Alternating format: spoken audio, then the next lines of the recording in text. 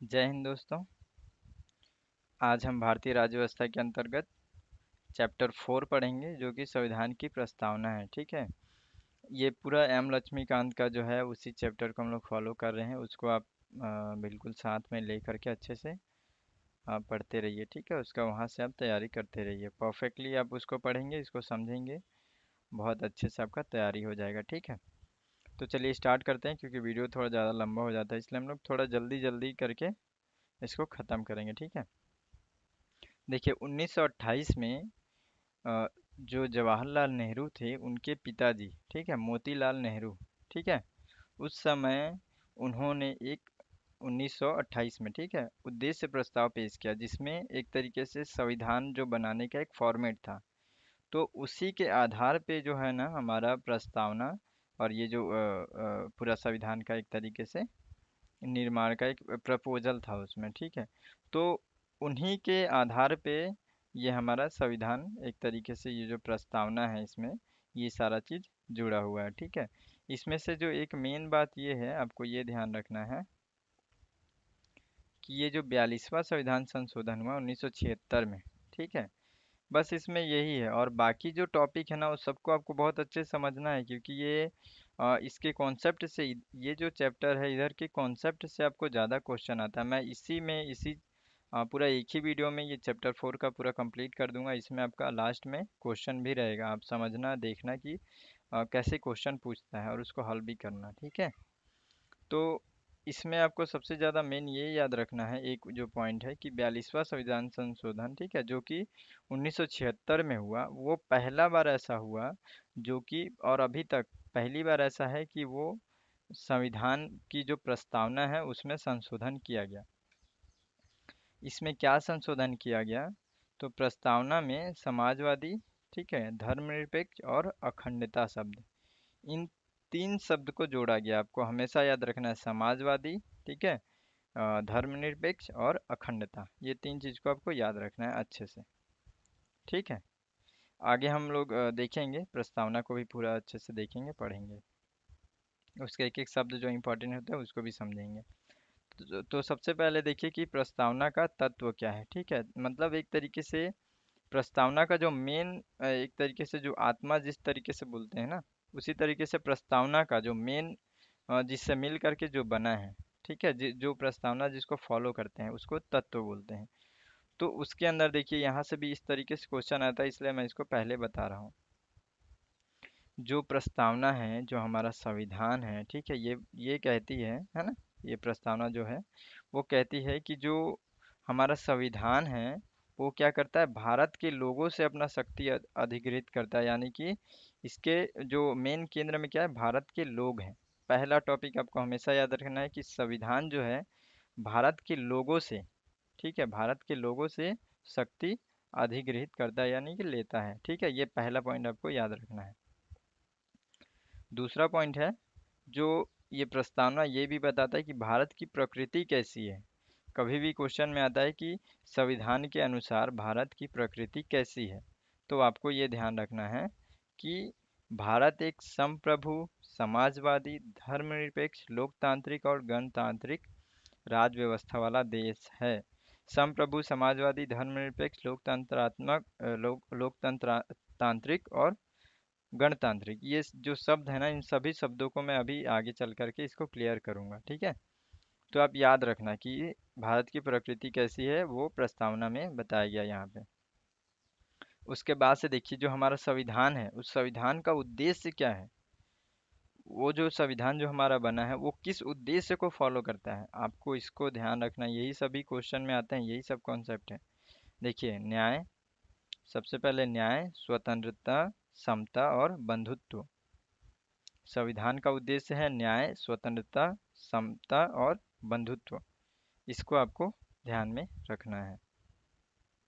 देखिए चौथा पॉइंट जो है उसको थोड़ा सा आपको ध्यान रखना है कि जो संविधान जब लागू हुआ 26 नवंबर 1949, ठीक है, ये आपको डेट को याद रखना है कि संविधान जो लागू होने का जो तिथि है वो 26 नवंबर 1949। देखिए आगे हम लोग इस प्रस्तावना को एक बार पढ़ लेते हैं कि प्रस्तावना क्या है और इसमें क्या रहता है। ठीक है, देखिए ये है प्रस्तावना। ठीक है, इसको हम लोग एक तरीके से मतलब उद्देशिका भी बोलते हैं। देखिए इसमें लिखा है, हम भारत के लोग भारत को एक, इसको याद कर लेना, ये बहुत ज़्यादा हेल्प करेगा। इस चैप्टर से जो भी क्वेश्चन आता है आप उसको बहुत अच्छे सॉल्व कर लेंगे यदि आप इसको याद करते हैं तो। ठीक है। हम भारत के लोग भारत को एक संपूर्ण प्रभुत्व संपन्न समाजवादी पंथ निरपेक्ष लोकतंत्रात्मक गणराज्य बनाने के लिए तथा उसके समस्त नागरिकों को सामाजिक आर्थिक और राजनीतिक न्याय विचार अभिव्यक्ति विश्वास धर्म और उपासना की स्वतंत्रता, ठीक है, प्रतिष्ठा और अवसर की समता प्राप्त कराने के लिए तथा उन सब में व्यक्ति की गरिमा और राष्ट्र की एकता और अखंडता सुनिश्चित करने वाली बंधुता बढ़ाने के लिए दृढ़ संकल्प होकर अपनी इस संविधान सभा में आज तारीख 26 नवंबर 1949 ईस्वी, कभी ऐसे भी आता है कि मिति मार्ग शीर्ष शुक्ल सप्तमी संवत 2006, इस तरीके से भी 2006 विक्रमी, ये भी कभी कभी ये भी टॉपिक आ जाता है, ये भी मतलब एक तरीके से क्वेश्चन में आ जाता है। ठीक है। को एतत् द्वारा इस संविधान को अंगीकृत अधिनियमित और आत्मार्पित करते हैं। ये एक एक शब्द जो है ना इससे क्वेश्चन बनता है, आपको याद रखना होगा। और इसको जब आप अच्छे से समझेंगे तब आपको जैसे समझ में आएगा। देखिए यहाँ पे क्या है, हम जैसे यहाँ पे लिखा हुआ है कि हम भारत के लोग भारत को एक संपूर्ण प्रभुत्व संपन्न समाजवादी पंथ निरपेक्ष लोकतंत्रात्मक गणराज्य बनाने के लिए, तो कैसा देश बन रहा है हमारा। ठीक है, आपको समझ में आ गया ना, संपूर्ण प्रभुत्व संपन्न समाजवादी पंथ निरपेक्ष लोकतंत्रात्मक गणराज्य, ऐसा बन रहा है हमारा देश। अब देखिए, सामाजिक और आर्थिक राजनीतिक न्याय, ठीक है, सामाजिक आर्थिक और राजनीतिक न्याय, तो किस चीज़ की बात करता है न्याय में, सामाजिक आर्थिक और राजनीतिक न्याय। ठीक है। अब देखिए, विचार अभिव्यक्ति विश्वास धर्म और उपासना की स्वतंत्रता, तो हमारा प्रस्तावना में जैसे स्वतंत्रता, तो किस किस चीज़ों को स्वतंत्रता देती है, इस तरीके से भी उल्लेख किया गया है या ऐसा करके क्वेश्चन आता है। तो उसमें क्या रहेगा, विचार अभिव्यक्ति विश्वास धर्म और उपासना, इस तरीके से। समता क्या है, प्रतिष्ठा और अवसर की समता, एक एक शब्द से आता है क्वेश्चन, आप बहुत इजी है, याद हो जाएगा आपको। ठीक है। तो ये हो गया हमारा प्रस्तावना का जो मेन, एक बार हम लोगों ने पढ़ लिया इसको। अब उसमें जो शब्द हैं उन शब्द को हम लोग समझेंगे। ठीक है, एक एक शब्द, क्योंकि उस शब्द को समझने के बाद ही हम लोग इससे रिलेटेड क्वेश्चन को हल कर पाएंगे। और ये काफ़ी ज़्यादा ज़रूरी भी है, आगे जब भी हमारा इस तरीके का वर्ड यूज होगा तो हम लोग समझ पाएंगे। ठीक है। तो चलिए देखते हैं, पहला है संप्रभुता। तो संप्रभुता का क्या अर्थ है, इसको आप देखिएगा। मतलब संप्रभुता का अर्थ है कि जो हमारा देश है या कोई भी यदि बोले कि मैं संप्रभु हूँ, तो इसका क्या मतलब है। हमारा देश जैसे कि संप्रभु है, यानी कि वो किसी के भी दबाव में नहीं आता है, वो उसका जितना निर्णय है, जो भी निर्णय है, वो सारा निर्णय क्या है, खुद का लेता है, यानी कि वो किसी के भी दबाव में नहीं है। ठीक है। भारत को कोई दूसरा आदमी उस पर मेंटेन नहीं करता है, मतलब आपको सीधा सा यही ध्यान रखना है कि वो किसी के दबाव में नहीं आता, एक तरीके से वो आत्मनिर्भर है, आत्मनिर्भर है। ठीक है। जैसे कि हम लोग क्या है, हम लोग पूरे स्वतंत्र, हम लोग जो चाहें हम लोग वैसे कर सकते हैं। सेम वैसा ही हमारा भारत के रूप में जब भी संप्रभु शब्द आए, इसका मतलब ये है कि हमारा भारत किसी के भी दबाव में नहीं है। देखिए, संप्रभु शब्द का आशा है कि भारत न तो किसी अन्य देश, ठीक है, ना तो मतलब भारत ना तो किसी अन्य देश पर निर्भर है और ना ही किसी अन्य देश का डोमिनियन है, यानी कि वो किसी से भी जुड़ा हुआ नहीं है। ठीक है, वो पूरी तरीके से स्वतंत्र है।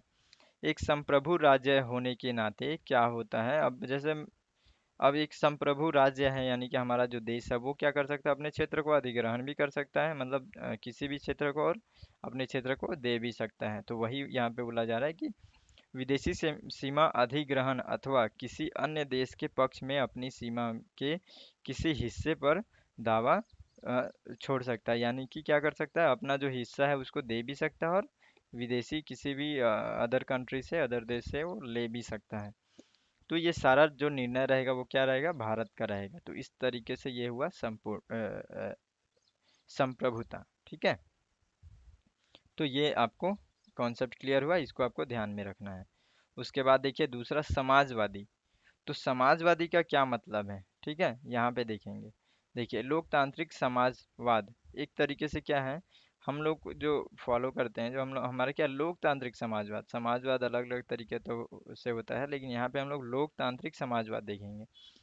तो ये किस तरीके से, एक तरीके से मिश्रित अर्थव्यवस्था में आस्था रखता है, यानी कि एक तरीके से क्या है, मिश्रित मिश्रित अर्थव्यवस्था है। इसमें क्या होता है, मतलब मिश्रित अर्थव्यवस्था हम लोग देखे हैं, है ना। मतलब एक तरीके से इसको हम लोग को जानकारी रहता है कि इसमें क्या होता है, ना ही सरकार का पूर्ण रूप से प्रभाव होता है, ना ही बाजार का होता है, ना ही किसी इंडिविजुअल, जैसे कि किसी एक तरीके से जो पर्सनल जो हम लोग काम करते हैं, मतलब किसी भी एक आदमी का अधिकार नहीं होता। इसमें क्या होता है, सभी को एक तरीके से समन्वय करके चलते हैं। तो इस तरीके से हम लोग जिसको मिश्रित अर्थव्यवस्था जो बोलते हैं वो है। तो यहाँ पे हम लोग को ध्यान रखना है कि जो हमारा लोकतांत्रिक समाजवाद है वो क्या है, एक तरीके से मिश्रित अर्थव्यवस्था में विश्वास रखता है। देखिए यहाँ पे जैसे समाजवादी है वही सार्वजनिक है, मैं इसको बताया अभी, ठीक है। जैसे निजी क्षेत्र है, ये सब क्या करते हैं, साथ साथ मिल करके, एक साथ मिल करके चलते हैं, एक दूसरे को आगे बढ़ाते हुए चलते हैं। ये है लोकतांत्रिक समाजवाद का मेन कॉन्सेप्ट। देखिए जैसे कि सर्वोच्च न्यायालय क्या कहता है, उसका जो उसका एक टॉपिक ध्यान में रखेंगे कि सर्वोच्च न्यायालय के हिसाब से लोकतांत्रिक समाजवाद क्या है। तो लोकतांत्रिक समाजवाद का उद्देश्य गरीबी, उपेक्षा, बीमारी, अवसर, ठीक है, कि क्या होगा, असमानता को समाप्त करेगा, यानी कि सभी लोगों को एक समान रखने का प्रयास करें। इस तरीके से जो है इसका जो कॉन्सेप्ट है समाजवादी लोकतंत्र, इसको हम लोग कहेंगे। ये सर्वोच्च न्यायालय के तरीके से, एक तरीके से इसका जो एक तरीके से व्याख्या करना होता है, तो वो सर्वोच्च न्यायालय ने इस तरीके से किया है। तो ये आपको ध्यान में रखना है। भारतीय समाजवाद देखिए, भारतीय समाजवाद और भारतीय समाजवाद मार्क्सवाद और गांधीवाद का एक मिला जुला रूप है। तो एक तरीके से गांधीवाद जो होता है और मार्क्सवाद जो होता है, उन सभी का, दोनों का, मैं बोला ना, हर चीज़ में हमारा जो, हमारा भारत का जो मेन कॉन्सेप्ट है ना, सारी चीज़ों का एक मिक्सअप करके हम लोगों ने कुछ अलग आविष्कार किया है, ठीक है। तो उसको हम लोग ध्यान में रखेंगे। जो हमारा भारतीय समाजवाद है वो क्या है, मार्क्सवाद और गांधीवाद से एक तरीके से मिला जुला रूप है, जिसमें गांधीवाद समाजवाद की ओर अधिक झुका हुआ है। नॉर्मल ये बात है क्योंकि गांधी जी क्या है, हमारे देश के, समझ रहे हैं ना, एक राष्ट्रपिता जैसे। तो इसलिए क्या है कि उनका जो कॉन्सेप्ट है ना, उनका प्रभाव हमारे लोकतांत्रिक समाजवाद में ज़्यादा है।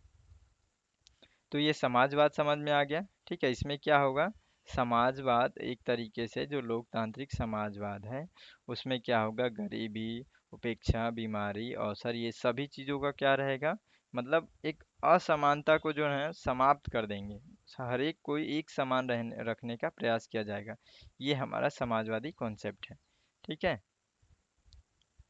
उसके बाद से देखिए धर्मनिरपेक्ष, हमारे जो संविधान के अंतर्गत जो हमारा प्रस्तावना है वो किस तरीके से व्याख्या कर रहा है आप, ठीक है। देखिए धर्मनिरपेक्ष के अंतर्गत किस तरीके से हम लोग इसको समझेंगे कि हमारा जो संविधान है वो किस तरीके से धर्मनिरपेक्षता को फॉलो करता है। इससे पहले भी हम लोग देखे थे ना, धर्मनिरपेक्ष में क्या होता है कि जो हमारा देश है, हमारा जो संविधान का जो कॉन्सेप्ट है, उसमें क्या है, हमारे देश के सभी लोग एक समान है, ठीक है। हम लोग, हमारा जो संविधान है वो किसी भी एक विशेष धर्म को फॉलो नहीं करता है, ठीक है।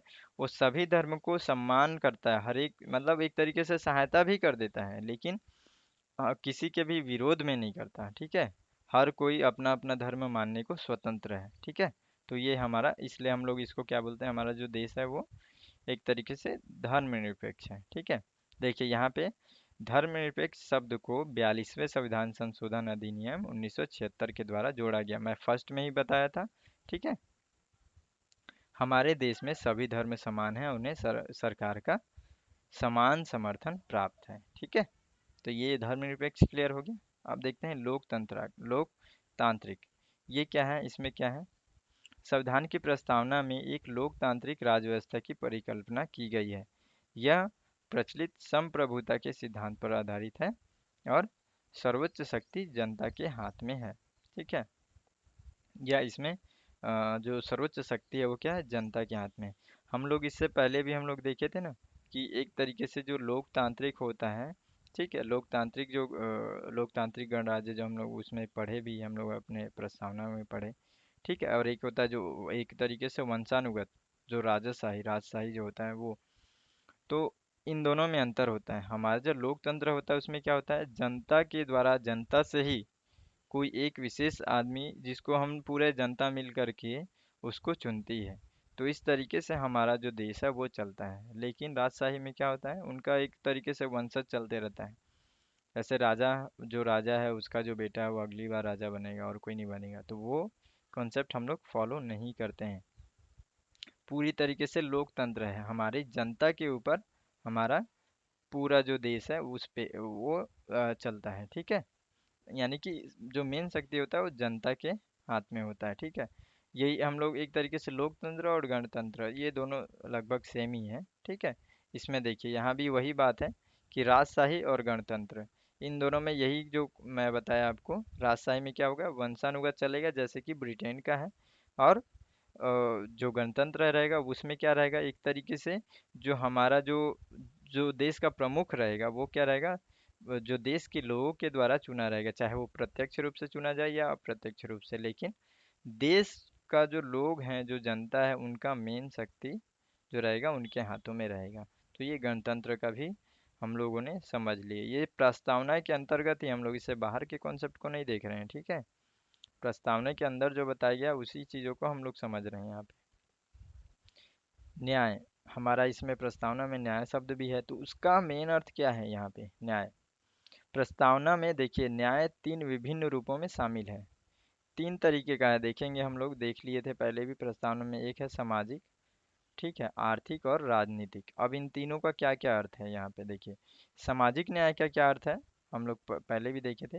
हर व्यक्ति के साथ, है ना, जाति रंग धर्म के आधार पर बिना भेदभाव किए एक तरीके से समान व्यवहार करना। उन सभी के साथ न जाति का, रंग का, धर्म का, लिंग का कोई भी किसी भी तरीके से भेदभाव नहीं कर सकता है। सभी लोग एक समान रहेंगे। सामाजिक, जो हमारा सामाजिक न्याय है, इसका मेन अर्थ यही है। ठीक है, इसका मतलब है समाज में किसी वर्ग विशेष के लिए जो विशेषाधिकारों का जो अनुपस्थिति और अनुसूचित जनजाति, जनजातीय, अन्य पिछड़ा वर्ग तथा महिलाओं की स्थिति में सुधार। तो एक तरीके से जो हमारे देश में कोई भी एक तरीके से विशेषाधिकार, मतलब वो व्यक्ति विशेष है ऐसा नहीं रहेगा, हर कोई एक समान रहेगा यहाँ पे। तो इसी को बोला गया है। साथ में इसमें क्या रहेगा, जो भी हमारे जो समाज में जो पिछड़े लोग हैं, ठीक है, महिलाओं की स्थिति हो, उन सब में क्या करना है, सुधार करना है। तो ये हो गया हमारा सामाजिक न्याय का कॉन्सेप्ट। ठीक है, उसके बाद से देखिए यहाँ पे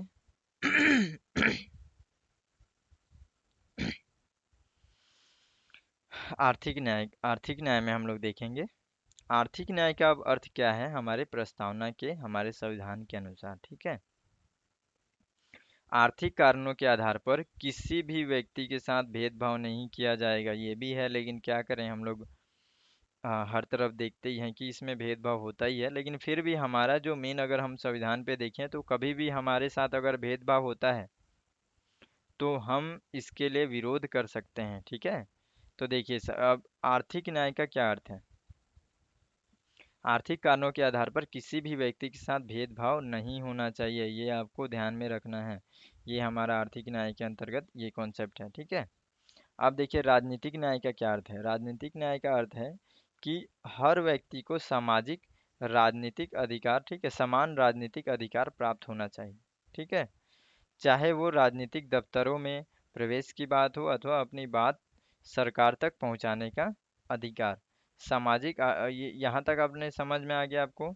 जो राजनीतिक न्याय रहेगा वो क्या रहेगा उसमें, राजनीति में जो भी है, ठीक है, राजनीति में हर किसी को एक तरीके से समान अधिकार प्राप्त होगा। कोई भी राजनीति में है, चाहे कहीं भी है, तो उसको क्या है, बराबर का ही हर चीज़ों में बराबर ही रहेगा वो। किसी को भी एक विशेषाधिकार नहीं है कि हम यहाँ पे रोक सकते हैं, ऐसा नहीं रहेगा। ठीक है, राजनीतिक दफ्तरों में प्रवेश की बात हो अथवा अपनी बात सरकार तक पहुंचाने का जो अधिकार हो, वो सभी को क्या करेगा, समान ही रहना चाहिए, सभी को समान अवसर मिलेगा। ठीक है, तो ये होता है राजनीतिक न्याय का मेन कॉन्सेप्ट जो हमारा प्रस्तावना के अंतर्गत है। ठीक है, उसके बाद से देखिए यहाँ पे हम लोग ये जो हमारा जो कॉन्सेप्ट है सामाजिक, आर्थिक और राजनीतिक न्याय, ये जो है इन तत्वों को हमने 1917 के रूसी क्रांति से लिया है। तो ये भी कई बार इसमें क्वेश्चन में आ जाता है, तो इसको भी आप लोग ध्यान में रखेंगे कि जो 1917 की रूसी क्रांति है हम लोगों ने उससे ये कॉन्सेप्ट लिया था, है ना, सामाजिक आर्थिक और राजनीतिक न्याय का कॉन्सेप्ट। ये भी क्लियर हो गया। देखते हैं अब आगे। अब देखिए स्वतंत्रता का क्या अर्थ है। स्वतंत्रता का देखिए सिंपल सा ये इसमें रहेगा, ये अर्थ है कि हम जनता के लोग, जैसे इसमें क्या है, हमारा जो मेन उद्देश्य जो आपने देखा था ना, हर व्यक्ति एक समान रहेगा। ठीक है, उनको हर एक आर्थिक रूप से, सामाजिक रूप से, न्यायिक रूप से हर चीज में समानता और उनको समान अधिकार मिलेगा। तो यहाँ पे स्वतंत्रता का मतलब है कि हर एक व्यक्ति समान है, हर एक व्यक्ति को समान स्वतंत्रता है। ठीक है, उनके जो आर्थिक सामाजिक राजनीतिक विकास के लिए जो समान अवसर है वो भी उनको मिलेंगे। लेकिन याद रखिए कि स्वतंत्र का मतलब कभी भी ये नहीं है कि हम अपने सीमा से बाहर जा कर के काम करें, यानी कि संविधान के विरोध में काम करें। ऐसा हमको किसी को भी ये अधिकार नहीं है। स्वतंत्रता का मतलब ऐसा भी स्वतंत्रता नहीं है कि आप कुछ भी करें, यानी कि गलत करें, विरोध करें, संविधान के विरुद्ध करें। ऐसा नहीं कर सकते हैं आप। जो भी करना है आपको संविधान के अंतर्गत रह करके करना है, लेकिन आप स्वतंत्र हैं। ठीक है, देखिए स्वतंत्रता का अर्थ है लोगों की गतिविधियों पर किसी भी प्रकार की रोक टोक की अनुपस्थिति तथा साथ ही व्यक्ति के विकास के लिए अवसर प्रदान करना। ठीक है, प्रस्तावना हर व्यक्ति के लिए एक मौलिक अधिकारों के जरिए अभिव्यक्ति, विश्वास, धर्म और उपासना की स्वतंत्रता सुनिश्चित करती है। ठीक है, इनके हनन के मामले में अ, हलन के मामले में कानून का दरवाजा खटखटाया जा सकता है। जैसे कि प्रस्तावना में कहा गया है कि भारतीय लोकतांत्रिक व्यवस्था को सफलतापूर्वक चलाने के लिए स्वतंत्रता परम आवश्यक है। यहाँ पे आप लोग ध्यान रखेंगे, लोकतांत्रिक राज व्यवस्था को सफलतापूर्वक चलाने के लिए क्या है? स्वतंत्रता परम आवश्यक है। लेकिन यहाँ पे आपको ध्यान रखना है कि हालांकि स्वतंत्रता का अभिप्राय यह नहीं है कि हर व्यक्ति को कुछ भी करने का लाइसेंस मिल गया हो। मैं आपको बताया कि जो स्वतंत्रता तो है, लेकिन कोई भी नेगेटिव काम करने के लिए स्वतंत्रता नहीं है। ठीक है, स्वतंत्रता के अधिकार का इस्तेमाल संविधान में लिखी गई सीमाओं के भीतर ही किया जा सकता है। ठीक है, तो ये हो गया, ये समझ में आ गया। ठीक, हमारी प्रस्तावना में स्वतंत्रता, समानता और बंधुता के आदर्शों को फ्रांस की क्रांति से ली गई है। तो आपको यहाँ पे ये ध्यान रखना है कि हम लोग जो स्वतंत्रता का कॉन्सेप्ट है वो हम लोगों ने क्या किया है, फ्रांस की क्रांति से लिया है। ये शब्द, जो जितने शब्द, सात इसमें जो शब्द हैं उनको यहाँ पे हम लोगों ने क्लियर कर लिया। ठीक है, अब देखते हैं जो एक तरीके से जो विवादित है, कई बार यहाँ से क्वेश्चन आता है। इस चैप्टर का मेन चीज़ है ये कि जो प्रस्तावना में संशोधन की संभावना, यानी कि हम लोग प्रस्तावना को संशोधित कर सकते हैं कि नहीं कर सकते हैं, ये यहाँ पे इस कॉन्सेप्ट को आपको समझना है, क्योंकि कई बार इसमें हम लोगों को कन्फ्यूजन हो जाता है। तो आपको यहाँ पे ध्यान रखना है। और एम लक्ष्मीकांत में उसमें क्या है, थोड़ा सा मतलब उसमें थोड़ा गलत हो गया है, उसमें चेंजेस आपको थोड़ा समझ में नहीं आएगा। बिल्कुल थोड़ा सा एक दो टॉपिक वहाँ पे गलत हो गया है, तो आपको उसको ध्यान नहीं देना है। यहाँ पे जो मैं बता रहा हूँ उसको आप समझिएगा कि जो हमारा हम लोग इतना जानते हैं कि संविधान को जो जो हम लोग संशोधन करने का जो जो विशेष जो बहुमत के द्वारा जो संशोधन करते हैं, जो 368 के अंतर्गत जो आता है, तो तो ये क्वेश्चन आया कि क्या हम लोग प्रस्तावना में संशोधन कर सकते हैं। ठीक है, तो ये एक बार सवाल उठा बेड़ूबाड़ी संघ में। ठीक है, जो 1960 में ये जो हुआ, जो न्यायालय उस समय अ, बेड़ूबाड़ी जो केस था, संघ का जो केस था, उसमें जो संविधान में जो न्यायालय है वो यहाँ पे बताया कि जो प्रस्तावना है उसमें हम लोग संशोधन नहीं कर सकते हैं। और क्यों नहीं कर सकते हैं, क्योंकि उस समय जो हमारे सुप्रीम कोर्ट ने बताया कि ये जो प्रस्तावना है वो संविधान का भाग नहीं है। कई बार ऐसा भी क्वेश्चन आता है कि क्या प्रस्तावना हमारे संविधान का भाग है कि नहीं है। तो आगे कब क्लियर हुआ, केशवानंद भारती मामला जो 1973 में हुआ था, उस समय उच्चतम न्यायालय ने उस समय क्लियर किया। उस समय क्या किया, जो बेड़ीवारी जो संघ का जो जो मामला था उससे जस्ट उलट उन्होंने यहाँ पे एक तरीके से व्यवस्था दी, और साथ ही साथ इसको बहुत मजबूत भी कर दिया उन्होंने उस समय। और उस समय से लगातार ये चल रहा है। उस समय उन्होंने बताया कि प्रस्तावना में हम लोग संशोधन कर सकते हैं, कोई दिक्कत नहीं है, किया जा सकता है, ठीक है। लेकिन हम लोग को ये ध्यान रखना है कि जो प्रस्तावना है, जो उसका जो हमारे संविधान का जो मूल उद्देश्य है ना, उसमें चेंजेस नहीं आना चाहिए। आप संशोधन करो, दिक्कत नहीं है, लेकिन उस जो उसका जो मूल जो है, जो मूल उद्देश्य है, उसमें चेंजेस नहीं आना चाहिए किसी भी हालत में। तो और उसी समय ये बताया गया कि जो हमारा प्रस्तावना है वो संविधान का भाग है। तो कई बार ऐसा क्वेश्चन आता है कि कौन से मामले में जो उच्चतम न्यायालय है उसने व्यवस्था दी कि प्रस्तावना संविधान का भाग है, इसमें संशोधित किया जा सकता है। तो वो है केशवानंद भारती मामला 1973, ठीक है। तो देखिए यहाँ पे ये ध्यान में रखेंगे। उसके बाद से जब एक चीज़ और है यहाँ पे कि जो 42वां संविधान संशोधन हुआ था ना 1976 के तहत, वो संशोधन क्या है, हम लोग एक तरीके से संविधान के जो उद्देश्य है उसको नज़र में रखते हुए ही हम लोगों ने किया था। जो देखिए यहाँ पे पहली बार जो संशोधन किए थे, ये समाजवादी, धर्मनिरपेक्ष और अखंडता। तो ये क्या है, ये संविधान के उद्देश्य को खंडित नहीं करता है। तो ये आपको ध्यान में रखना है, ठीक है। तो ये हमारा जो हुआ, ये चैप्टर ख़त्म हो गया। इस चैप्टर में इतना ही था। तो ये हमारा कॉन्सेप्ट अच्छे से क्लियर हो गया। आपको सबसे ज़्यादा इस चीज़ को ध्यान रखना है, बेड़ूवाड़ी संघ 1960 और केशवानंद भारती मामला, ठीक है। अब हम लोग देखेंगे कि इससे रिलेटेड कैसे कैसे प्रश्न पूछे जाते हैं, ठीक है, और कब कब पूछा गया। यहाँ से आपको अच्छे से क्लियर हो जाए कि जो हम लोग पढ़ रहे हैं वो सही दिशा में पढ़ रहे हैं कि नहीं, और हम लोगों को कितना फोकस, कौन से टॉपिक को कितना अच्छे से समझना है। देखिए सबसे पहला प्रश्न देखते हैं, धर्मनिरपेक्षता का अर्थ है। क्या अर्थ है हम लोग आगे देख चुके हैं, आप लोग इसमें आंसर देंगे। मैं किसी का भी आंसर नहीं बताता हूँ, नहीं बता रहा हूँ, क्योंकि मैं चाहता हूँ कि आप जो पढ़ें एक बार समझे, आप खुद से कॉन्फिडेंस आएगा आपको खुद से उसको क्वेश्चन को हल करने में। अगर आपसे हल नहीं हो रहा तो आप एक बार और वीडियो को देखिए या आप अच्छे से पढ़िए, आपको बहुत अच्छा समझ में आ जाएगा। इन सभी का आंसर मैं अपने वीडियो के लिंक में जो डिस्क्रिप्शन है वहाँ पे भी मैं डाल दिया रहता हूँ, वहाँ से आप आंसर चेक कर सकते हैं। आंसर का दिक्कत नहीं है, बल्कि बहुत अच्छे से आप नोट्स बना सकते हैं। मैं पूरा पीडीएफ इसका डाल देता हूँ वहाँ पे, उसका टेंशन नहीं है, आप बस तैयारी कीजिए अच्छे से। देखिए धर्मनिरपेक्षता का अर्थ है, ए, राज्य सरकार सभी धर्मों के खिलाफ है, या फिर बी, राज्य सरकार के द्वारा एक धर्म को स्वीकार करना, यानी कि इसका जो अर्थ बताया है वो। सी, राज्य सरकार द्वारा किसी धर्म को स्वीकार नहीं करना, उपरोक्त में से कोई नहीं। तो इसका क्या सही आंसर हो सकता है, क्या सटीक आंसर हो सकता है, ठीक है, इसको आप लोग बताइएगा। उसके बाद हम लोग देखते हैं दूसरा प्रश्न, भारत एक धर्मनिरपेक्ष राज्य है, इसका मतलब है कि भारतीय राज्य, देखिएगा ये जो धर्मनिरपेक्षता का जो अर्थ है, ये जो क्वेश्चन था ना, ये यूपी कांस्टेबल, ठीक है, यूपी कांस्टेबल 2014 में ये प्रश्न आया था। ठीक इसी तरीके से भारत एक धर्मनिरपेक्ष राज्य है, इसका मतलब है कि भारतीय राज्य क्या है, अब आगे पढ़ेंगे इसमें। देखिए ये आरआरबी, ठीक है, 2006 में आया था, ठीक है, ये थोड़ा सा मिस्टेक हो गया है, ये 2006 में ये प्रश्न पूछा गया था।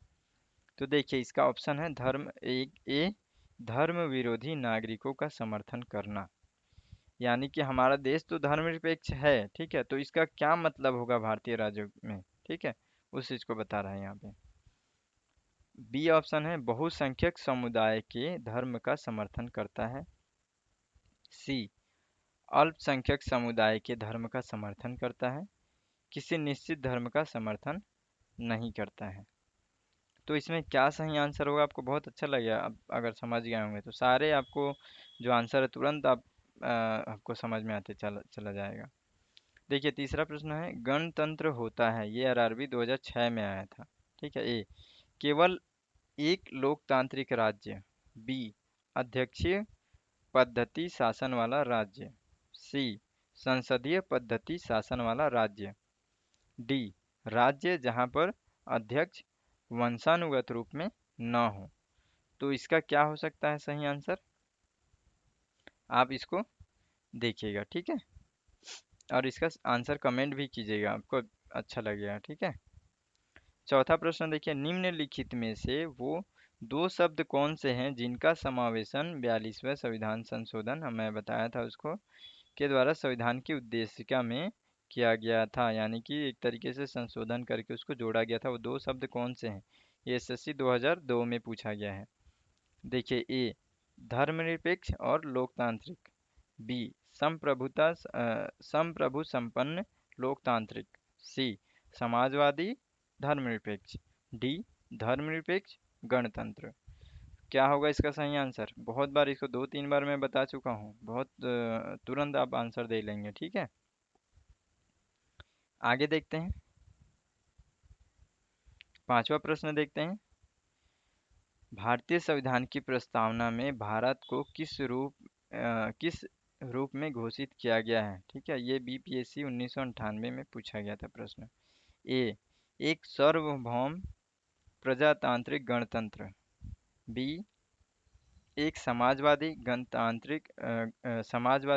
प्रजातांत्रिक गणतंत्र, सी एक प्रभु संपन्न समाजवादी धर्मनिरपेक्ष प्रजातांत्रिक गणराज्य, डी उपयुक्त में से कोई नहीं।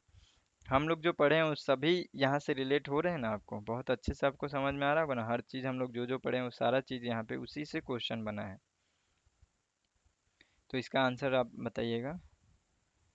छठवा देखते हैं, भारत एक गणतंत्र है, इसका अर्थ है, देखिए ये है पूछा गया है यूपी पीसीएस 1997 में, ठीक है। भारत एक गणतंत्र है, इसका क्या अर्थ हो सकता है? ए भारत में संसदीय शासन व्यवस्था है, बी भारत में वंशानुगत शासक नहीं है, सी भारत राज्यों का एक संघ है, डी सभी मामलों में अंतिम अधिकार जनता के पास है। तो इसका सही आंसर क्या होगा, आप बताइए कमेंट करके, और आप खुद भी चेक कीजिए। सातवां प्रश्न है, निम्नलिखित में से कौन सा शब्द भारत के संविधान की उद्देशिका में नहीं है, ठीक है। देखिए, केवल शब्द से यहाँ पे क्वेश्चन आया है, ये एमपीपीसी 2004 में पूछा गया था। ए समाजवादी, बी प्रभु संपन्न कल्याणकारी राज्य का उद्देश्य है, सी लोक कल्याण, डी पंथ निरपेक्ष। क्या होगा इसका सही आंसर? आठवां प्रश्न देखते हैं, कल्याणकारी राज्य का उद्देश्य है, क्या उद्देश्य होगा? देखिए, ये यूपी पीसीएस 2004 में आया था। ए अधिकतम संख्या का अधिकतम कल्याण सुनिश्चित करना, बी कमजोर वर्गों के कल्याण का प्रबंधन करना, सी सभी नागरिकों को स्वास्थ्य सुविधाएं प्रदान करना, डी उपयुक्त में से कोई नहीं।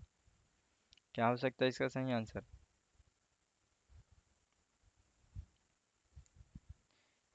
देखिए, नवा प्रश्न, भारत को एक गणराज्य मुख्य रूप से माना जाता है क्योंकि, भारत को एक गणराज्य मुख्य रूप से माना जाता है क्योंकि, इसमें ऐसी क्या मुख्य विशेषता है जिसके कारण से हम लोग इसको गणराज्य मानते हैं? एसएससी 1999 में ये प्रश्न आया था, ठीक है। ए राज्याध्यक्ष का चुनाव होता है, बी उसे 15 अगस्त 1947 को स्वतंत्रता मिली थी इसलिए, सी उसका अपना लिखित संविधान है, डी उसकी सरकार संसदीय प्रणाली के अनुसार है।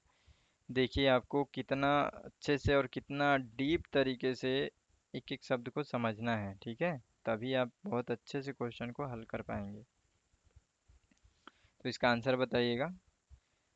प्रश्न 10वां देखते हैं, भारतीय संविधान की उद्देशिका में परिवर्तन में अ, किस संशोधन अधिनियम में किए गए, एक तरीके से मतलब हम लोग इसको बहुत बार ये क्वेश्चन आ गया है कि भारतीय संविधान की उद्देशिका में परिवर्तन किस संशोधन अधिनियम में किए गए। तो कौन सा वो संशोधन था? ए 38वां संशोधन, ठीक है, या फिर 38वां संशोधन अधिनियम 1975, बी 40वां संशोधन अधिनियम 1976, सी 42वां संविधान संशोधन अधिनियम 1976, 44वां संविधान संशोधन अधिनियम 1900 क्या बोलते हैं इसको, 89, 79, ठीक है। 1979, ठीक है। 1979। हो जाता है कई बार ऐसा। चलिए 11वां प्रश्न देखते हैं। इसका आप आंसर बताइएगा, ठीक है। ये बहुत बार हम लोगों ने पढ़ा है, ठीक। 11वां प्रश्न देखते हैं। प्रस्तावना का वह प्रावधान जो सभी वयस्क नागरिकों को मतदान का अधिकार प्रदान करता है कहलाता है। वो कौन सा ऐसा जो शब्द है प्रस्तावना में, है ना, जो कि एक तरीके से वयस्क नागरिकों को मतदान देने का अधिकार प्रदान करता है। देखिए ये आरआरबी 2009 में पूछा गया था प्रश्न, ठीक है। ए पंथ निरपेक्षता, बी प्रजातंत्र, सी समाजवादी और डी गणतंत्र। तो इसमें क्या सही आंसर होगा आप बताइएगा। प्रश्न 12वां देखिए, भारत के संविधान की प्रस्तावना में समाजवादी धर्मनिरपेक्ष शब्द को किस संशोधन के द्वारा जोड़ा गया। यहाँ पे बहुत बार रिपीट हो रहा है क्वेश्चन, क्योंकि ये अलग अलग एग्जाम में पूछा गया है। मैं इसीलिए आपको कॉन्सेप्ट बताया था कि क्योंकि ये जो टॉपिक है ना, जो हम लोग जो ये चैप्टर पढ़ लिए कंप्लीट, हमारा ये जो चैप्टर है ये कंप्लीट हो गया है। बस आप इतना ही को पढ़िए और अच्छे से समझिए। बस कितना भी घुमा फिरा के किसी भी एग्जाम में दे, इससे बाहर नहीं आता है क्वेश्चन, ठीक है। तो देखिए ये यूपी पीसीएस 2015 में पूछा गया सवाल है, ठीक है। ए 41वां, बी 42वां, सी 43वां, डी 44वां संविधान संशोधन। तो किसके अंतर्गत इसको संशोधन किया गया, इसका आंसर जरूर कमेंट कीजिएगा। उसके बाद से देखते हैं ये 13वां प्रश्न देखते हैं। भारतीय संविधान का प्राधिकार स्रोत कौन है। यानी कि मैं जो हम लोग वहाँ पे पढ़े थे कि जो हमारा जो जो संविधान का जो अधिकार है, वो जो उसका स्रोत क्या हो, कहाँ से अपनी शक्ति प्राप्त करता है, ठीक है। तो ये देखिए CAPF 2015 में पूछा गया था, ठीक है। ए राष्ट्रपति में, बी भारत के लोगों में, सी सर्वोच्च न्यायालय में या सरकार। एकदम इजी सवाल है, आप जितना जल्दी हो सके इसको कमेंट करेंगे, ठीक है। देखिए लास्ट प्रश्न, संविधान की प्रस्तावना का, ठीक है, विधिक रूप क्या है। तो संविधान का जो विधिक रूप है वो क्या है प्रस्तावना में, ठीक है। देखिए इसमें ये पूछा गया था, यूपी पीसीएस 2019 में पूछा गया था ये प्रश्न, ठीक है। देखिए ए यह लागू किया जा सकता है, बी यह लागू नहीं किया जा सकता है, सी विशेष परिस्थितियों में लागू किया जा सकता है, डी उपयुक्त में से कोई नहीं। तो ये हो गया। अब ये हमारा जो चैप्टर है ये कंप्लीट हो गया है। ये सभी का मैं आंसर डिस्क्रिप्शन में दे दूंगा, आप बस इसको अच्छे से सॉल्व करो। यदि आपको कहीं भी नहीं समझ में आता तो आप उसको अच्छे से समझो, ठीक है। लेकिन ये बहुत बेस्ट तरीके से हमारा जो सीरीज है वो चल रहा है, ठीक है। आप शेयर कर सकते हो और चैनल को सब्सक्राइब कर सकते हो, क्योंकि मैं जब भी वीडियो डालूंगा तो वो वीडियो आपके पास तुरंत चला जाएगा।